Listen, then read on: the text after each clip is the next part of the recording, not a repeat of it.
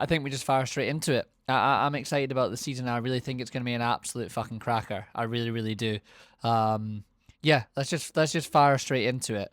Going to start right at the very top. I've obviously done my videos this week on City, Liverpool, and Arsenal, who I think will be kind of one, two, and three for sure. And then I've also just touched on kind of the chasing pack with like your Chelsea's and Man United's and Newcastle's, Aston Villa, and Spurs. So I'll go through kind of the middle and the bottom table in the second half of this video, but I think let's just go with the most exciting stuff to begin with at the top of the table. So I'll read out Greg's predictions first before I fire on into mine. So I have gone. Greg's given me 1 to 4, right? So I'll let you know. I've predicted my whole Premier League table. So I'll let you Greg know who he thinks is going to get top four. So he's starting with Arsenal in fourth, which is an interesting one. He's then gone for Chelsea in third. Pretty confident Chelsea will be decent this season. I think they'll be a surprise as well. He's then put Liverpool second and Manchester City to win the league again this season. So not too dissimilar to mine, to be honest. His team to watch this season, he said, is Aston Villa. He thinks they could go on and win the Europa League. Decent shout. I think there'll be a lot of focus on that from Villa this season, which is why I've actually put them a little bit lower down in my league table. But that's huge for them. He thinks player of the season this year will be Cole Palmer. Don't think that's a terrible shout. It's obviously he's one of the best players in the league. And in relegation, he's gone for Sunderland and Wolves to be relegated alongside Brentford. So we've got Leeds and Burnley staying up, according to Bean. So we don't have all three of the teams going down, which is interesting. And I like it. I like it a lot. I'll read you guys out mine, and then I'll kind of give my thoughts on everything and break it down a little bit. I'm gonna go start with fifth, just because I think obviously fifth gets you a Champions League spot. I'm pretty sure again. I'm sure the English teams will do well in the Champions League this season in Europe, so I think fifth will get you a Champions League spot. I've gone for Man United in fifth. Yeah, unfortunately, do not want them to be in fifth place, but I think with one game a week, I think at this level, a manager who seems to be as good as Amarin can be with what he's done at Sporting. I like the way he talks. I think he's getting the guys out that he wants to get out. He's bringing players in, right? They've added to their attack. They're still not going to be great, but one game a week on the training pitch, able to train the players, they're going to have a free run at it. And I think that not quite good enough to get into that top four, but I do think Man United will be in the mix there. They're going to have goals if he can shut them up at the back a little bit and make sure they don't concede. If they have a Nana in goal, that's going to be difficult to do. The defence is a bit rocky, but it's more time to coach his system, his style of play, his philosophy, and get it in there. So I've gone for Manchester United getting in fifth. I'm sure Ali and all the other Man United fans will be loving that. I've then gone Chelsea fourth. Yeah, I think they've got a chance to get in at the three, but it'll see. I actually think Chelsea will do quite well in the Champions League. I think they're going to be a really difficult team to play in Europe. I think they'll really relish that. I think Cole Palmer will obviously really relish that. The likes of João Pedro and stuff. They're dodgy at the back, which is one thing. I don't like the keeper. I don't like the defence too much. But obviously with Donnarumma on the move at the moment, Chelsea's definitely a club that could look to go in and get him.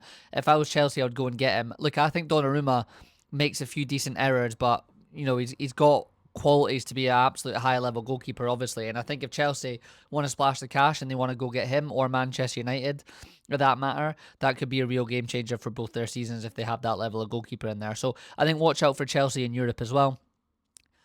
I've gone Arsenal third. As I was writing that down, I don't know. Part of me really wants to put Arsenal first because they actually have a lack of change. They've signed Gyökeres, and I've talked about the pressure that's going to be on them and the pressure that's going to be on Arteta.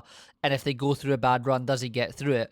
But if they don't go through a bad run and they're doing well and they're in the mix, not a lot's changed for them, right? Not a lot's changed for them. I still think they might add Eze before the end of the window as well, and I will do a revised predictions come the end of the window.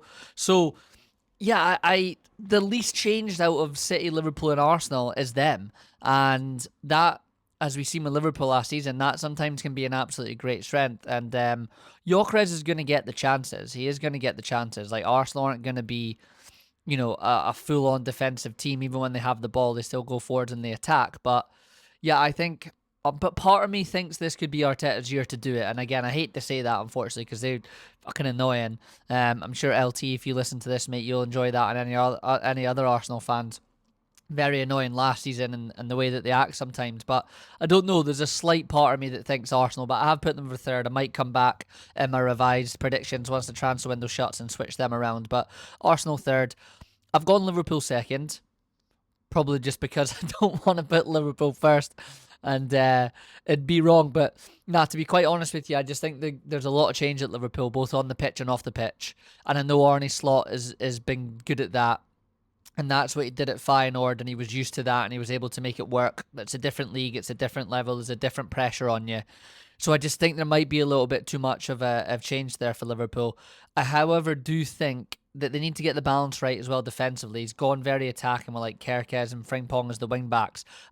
I'm certain that as the season goes on, that'll get tightened up, but I don't know. There's just a little bit of me that just thinks maybe a little bit too much going on. Again, if Isak comes in, it looks like they're getting the centre half from Parma. If they get Guehi in, might change my opinion. But as the squad is right now, I feel like it's just a little unbalanced and actually, funny enough, a little light up top. Believe it or not, even with the business that's being done there. I think Liverpool could have a season in the Champions League, and I think that's what they should be aiming for. Of course, to retain the title, I want that. But I think they showed last season they're one of the better teams in Europe, top two for me, with PSG, who fortunately won on penalties last night in that Super Cup game. But yeah, I just think Liverpool maybe just a little too much change to have a title race. But I think it's going to be super tight between 1, 2, and 3 this year. I don't think it's going to be like Liverpool last year. I think it's going to be super tight. Hopefully, a last day would be amazing, obviously. And then I've gone City to win the league title. I just think that I was reading a little article from Guillaume Ballet about Pep Guardiola and how he seems refreshed. His friends are saying he's refreshed.